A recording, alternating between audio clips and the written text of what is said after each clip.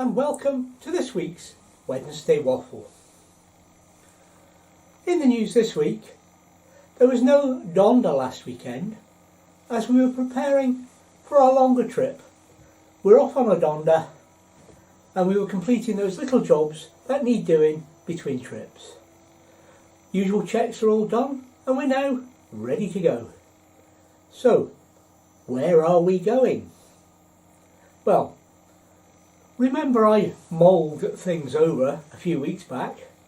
Well, now we're off to see for ourselves and to meet up with my brother, who will be working on the island that week.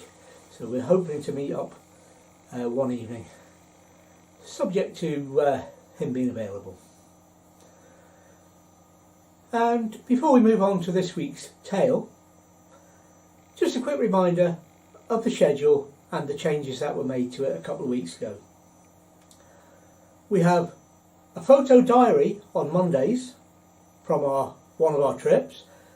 We have this, our Wednesday Waffle, where we catch up with the news and tell a tale or two. And on Friday we have video from the same trip that was in the Monday video to show you a bit more of where we were. So, we move on now to a tale. Actually, two tales in a way, but I've titled the video Perfect Pitch, and it's inspired by folks commenting on club wardens at club sites. Now, I said it was going to be two tales. The first is brief, and I'm not going to go into it too much, but a friend of mine, who I'll call Bob to protect his name, actually his name was Jim, but there you go. He doesn't need any protection. Had an altercation with a warden about disabled toilets at the same site I'm going to be talking about. Now, did Jim get an apology from the club? No. Jim got refused renewal of his membership for daring to complain about his treatment at a disabled toilet by a club warden, despite witnesses to what happened.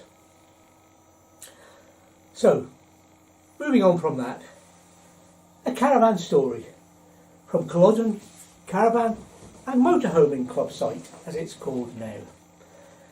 It's from our days when we used to caravan and put up an awning and lay things out and act like normal caravanners.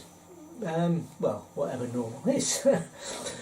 So, we noticed a change of wardens, but we'd come across the warden before, so knew about him. They'd been previously at a site a little bit further north, and we knew what they were like, so we pitched, put up the awning, etc. And we were on the grass pitches that were there then.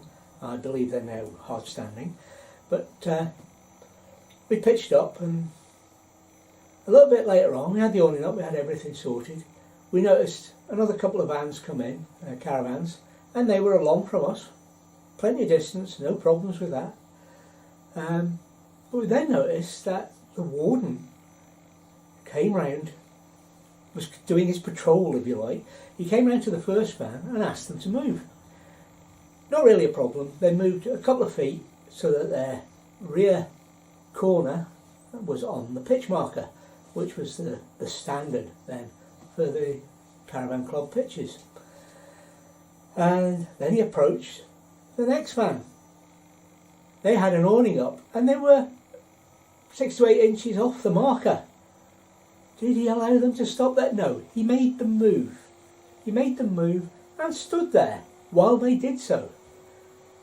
To be honest, if it had been me, I'd have taken the awning down, packed everything away and pulled off and written a snottygram to the club. But that's just me. So he approaches us, and there he sees that David, wasn't Desmond Saunders then, we weren't doing YouTube, that I had parked perfectly on my pitch. The pitch marker was exactly at the corner of my van, And I got a nice comment from him saying, "Well done for parking within the new regulations." Now shall I tell you what really happened? Well, it's all true up to the point where he approached my van. You see, I'd seen him coming and I was 18 inches or so off that marker. But I picked the marker up, moved it to where it's supposed to be and knocked it into the ground. And the warden was none the wiser. Just makes you think, doesn't it? Was his job worth that much?